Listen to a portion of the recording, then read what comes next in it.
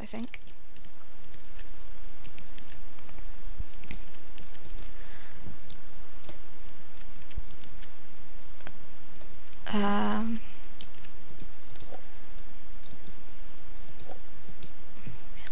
Radio, which we are not going to have on because it scares me. Okay, the handprint. Bell's inventions breathe fresh air into Pinwheel, so that's Alexander Bell. A lover's note, number 3. I found this old letter this morning while I was sorting through all of your old things. I had completely forgotten that we had done this all those years ago. I don't know why I'm writing this. You are gone now and I have to accept that. I can barely write properly anymore. I am no use to anyone without you.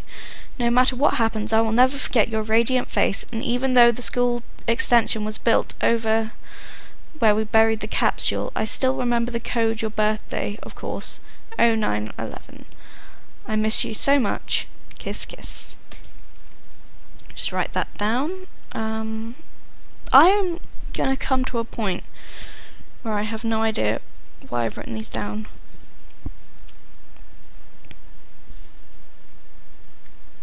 I'm going to write capsule next to this one.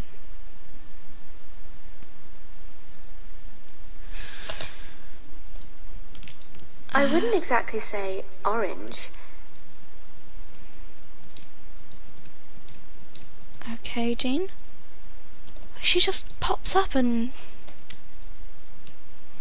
makes me jump. Okay, oh, drawers. Nope. Nope. Nope. Upstairs then.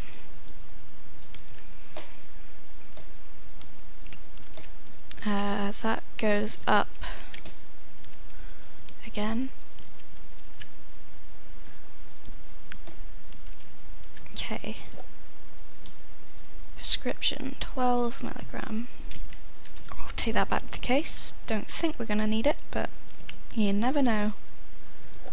No. Put it. There we go.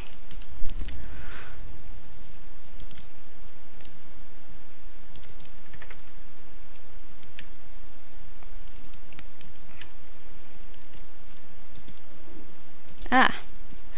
A lover's note number 1. My love, I want us to do something together that can last forever. Something that someone in the future can find one day and understand that the feelings that we have for one another. I'm fed up of all the normal stuff that people do when they date. I feel like we are different, that our love is deeper than the rest in some way, something important. I thought that we could create a time capsule of all the things that we hold dear for one another. From letters to treasured items, bury it somewhere special, somewhere that will remain safe for hundreds of years to come. What do you think? Write back. Tom. Kiss. Okay.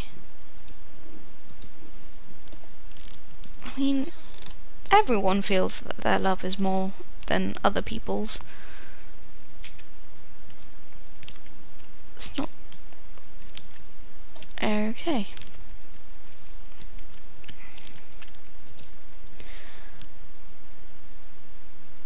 A lover's note number 2. My dear Tom, of course I shall help you with your time capsule. It's wonderful and romantic and exciting. I also feel that the love that we have is different to all the other couples, their arguments and squabbles showing that we must have something unique. I have never felt this way about anyone else in the world, and I wish we could be with each other all of the time. Do you want to meet me this evening by the old oak tree down from the church and near the edge of the cliff? It will be a perfect place to bury the capsule. Bring the things you want to put in it and a box to use. Love with all my heart, your Juniper Berry. By the old oak tree down from the church and near the edge of the cliff. I'm going to write that down because I think that might be in the village, and I think I might need to find that at a later time in the game. Church Cliff. Oak Tree Church Cliff. Village. I hope I remember what that's for. Right here. Then back here, if you open this, there's an answer phone message. Hey, how you holding up? I got the message. You don't sound yourself when you're in there. I still can't shake this feeling that this whole thing is a bad idea. But I guess you need this. I don't know. Answer phone messages are another thing that you encounter throughout the game. From an unknown male. I'm assuming it might be Tom, I guess. I don't know, though. Can't remember if I found out or not. There's a lot of names and it gets very confusing after a while. Oh, that's a nice part. I think I'll take that back. Score.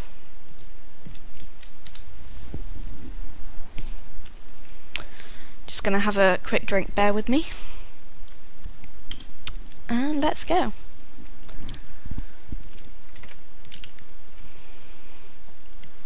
Right, next house that we can go into. Oh, there's a memory fragment.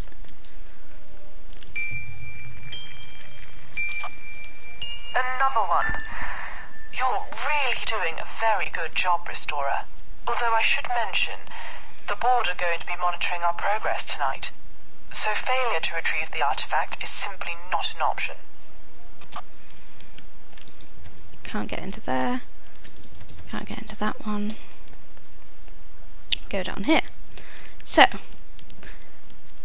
we have the option of the post office, that place, the Crow's Nest pub, and this house up here, I think. And then there's another house down there, I believe. That's into the Crow's Nest pub as well. Okay.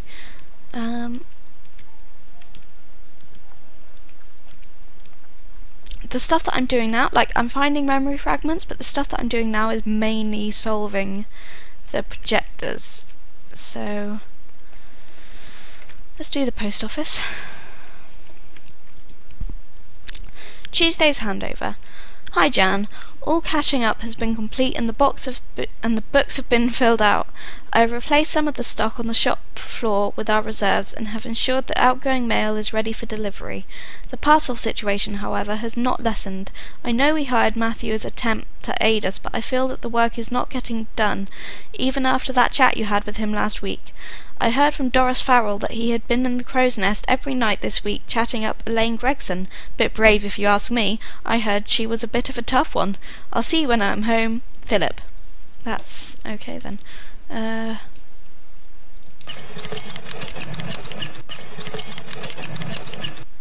Just gonna raise that because I think we need to. Going down here. It's a post box.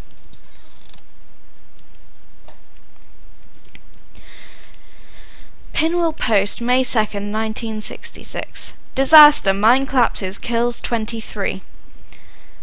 Yesterday, a terrible accident occurred deep within Brimcliff Mine, killing 23 of its workers. A chilling explosion rang throughout the village and could be heard as far away as Devlin.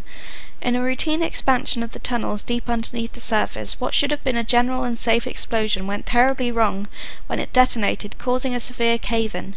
Trapping 23 men, the rock collapse had extended to the seabed high above, causing the chamber to flood, killing all that were inside. Reports that the warden, Mr. R. Burton, was incapacitated at the time and could not communicate with Mr. Remo, the evacuation officer, have raised major concern that this could have been prevented. Well, that's just after May 1st. Pinwheel Annual Morris Dance Competition. Lovely. Okay, so there are some post boxes here as well. Just nipped out. Philip, I've just nipped out but shouldn't be too long. Can you please make sure that you keep an eye on the counter for me whilst I'm gone? Matthew is upstairs sorting through the parcel backlog that the bank holiday has caused.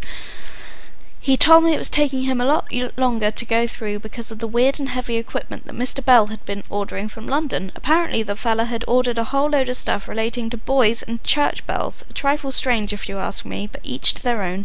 Anyway, I'll see you soon. Jan.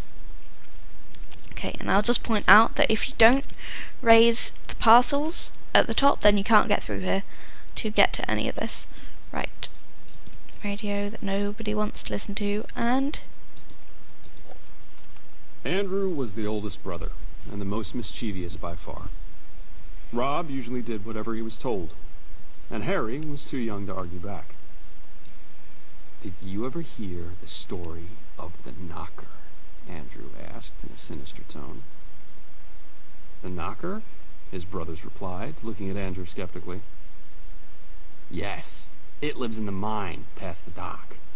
Legend has it that an old man went into the mine once looking for his dog, and some strange crystal in there changed him. Changed him into what? Rob inquired, already far too interested for his own good. Andrew's face grew wide and animated. No one knows, because everyone who sees him dies. But apparently, he knocks on the wall with a massive stick, and if you hear it, it means he'll get you. Then what happens? Asked Rob, nervously. Okay, well... These statues are little collectibles from around the map, and if you collect them all, you get to hear the full story of the knocker, or the grumpy knocker. The grumpy knocker, as I think it's actually called. Pretty scary. Crystals, mines, I think we've all been there.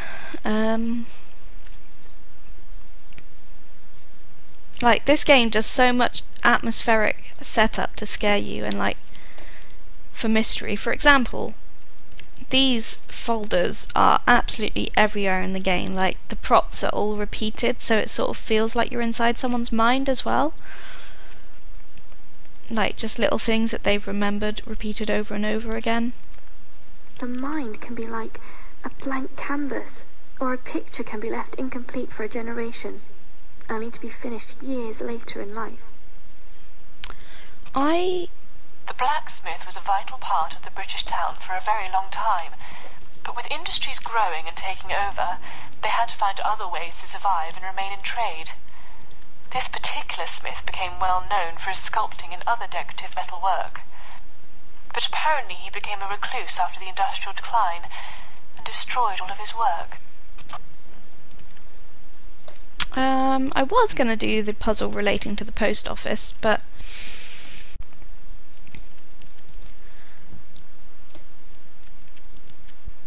we might as well do this one, I guess. So, grab the crank and put that on there. If an artist's tools are kept sharp, And that fire lights up. any memory can be etched in stone.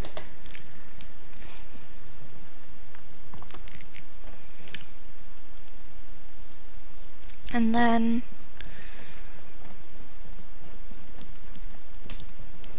let's just have a look around up here for a sec. It's a Bible. Don't know if it's important. Damaged floor. Dear Mr. Bell, although I'm grateful for the extra income, I'm slightly worried about the damage you've done to my floor while putting your cables underneath my workshop. The floor looks very weak and I'm nervous every time I have to carry something heavy over it. Anyway, I've made the repair cable you asked for. It's only a temporary fix, but it should do the job. We'll talk about the floor again soon. Alright. 2 secs. So, this anchor is being held very precariously over this weakened floor. I'd like to point that out. In 1845, I don't know if that's important or not. Oh, it's the cable that they were talking about, I'm assuming. Dear Aaron, my sleepless nights have now almost stopped. The rolling sound of the buoys out at sea helps me to drift off every night, and Poppy sleeps soundly at the foot of my bed next to my tools. It has been difficult to continue blacksmithing in the same capacity as an old man. There are so many repairs that I need to do for the locals that I'm just not quick enough to do it all the time. Anyway, those Wainwright kids have been playing around the furnace again. They come down to watch the toy boat races on the river, but like to take excursions into my workshop. I know you're neighbours with their parents, so could you ask them to have a word with their children for me? I just don't have the energy to chase them anymore. Ah, poor old guy.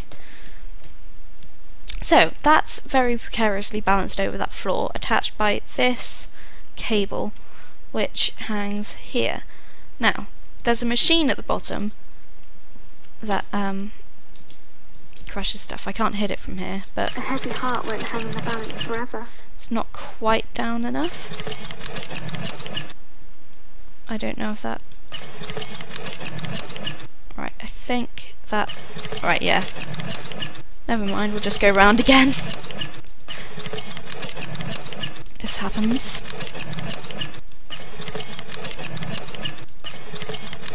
Right, that's enough, isn't it? And then we go around here.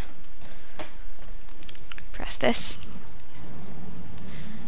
Then it gets caught up in that and snaps it. Even in the darkness, new memories can be painted into our lives.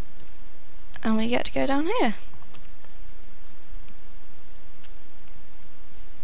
So, that's where the wire goes. 75A fuse. The projector is down here, and it's 2 parts restored already. Oh, mechanical engineering, A bell. Yeah, why not? I'll take that with me.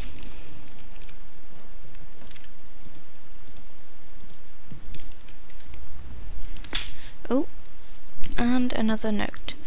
Experimental. Note to self. I must ask the blacksmith to make me a connector for the broken cable. I had hoped to have finished my test by now, and I feel that even when the power is back on, that the lamps still won't function correctly.